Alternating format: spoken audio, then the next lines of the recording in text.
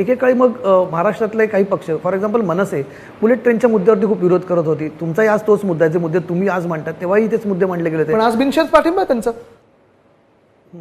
आज बिनशर्त पाठिंबा. आणि मी हे म्हणजे मी मनसेच्या नेत्यावर कधी नाही बोलत, कारण ते एक डिसेन्सी आम्ही पाळत असतो. पण एक आहे, मी कार्यकर्त्यांना विचारत आहे मनसेच्या, मी हे पहिल्या दिवसापासून विचारत आहे की तुम्ही जो बिनशर्त पाठिंबा दिलेला आहे भाजपला आणि त्यांच्या मिंदी गटाला आणि मग जे काही राष्ट्रवादीला वगैरे, त्याच्यात बिनशर्त पाठिंबा म्हणजे जसं काल जी घटना झाली त्या गुजराती सोसायटीमध्ये असेल बघा, गुजरात किंवा गुजराती समाजशी आमचं काही भांडण नाही आहे, पण इथून उद्योग जेव्हा तिथून उचलले जातात आणि तिथे नेले जातात तिथे मी नडणार.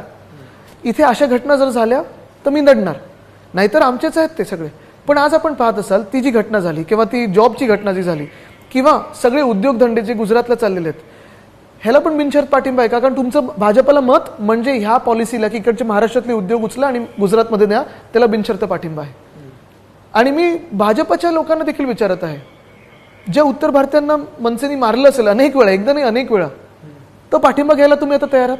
मी जैन समाजाला विचारत आहे की ज्या मनसेने तुमच्या देरासर समोर चिकन टांगून आंदोलन केलं होतं बघा, कोणी काय खावं काही ना खावं ह्याच्यात माझी पण भूमिका ही आहे की कोणी कोणाला सांगू नाही शकत, ना सरकार सांगू शकतं ना कोणाला समाज धर्म सांगू शकतो की तुम्ही काय खायचं काय नाही खायचं.